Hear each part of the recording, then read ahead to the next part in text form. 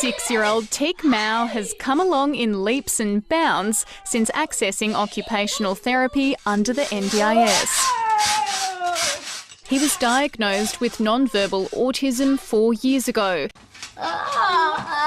It took more than a year to get access to the scheme, and his application was rejected twice.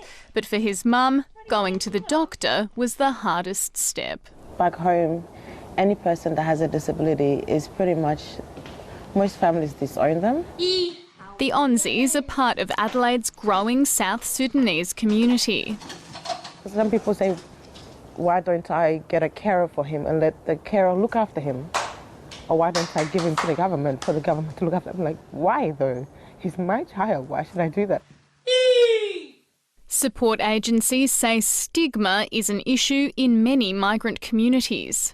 Having more workers get trained to service clients in these communities with the NDIS would help.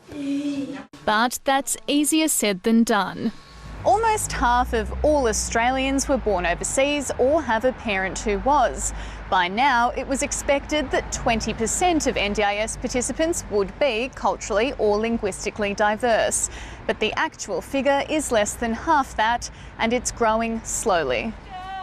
The federal government admits more work needs to be done to change that and plans to unveil a new strategy next year. There are definitely people who should have an NDIS plan who don't, yes.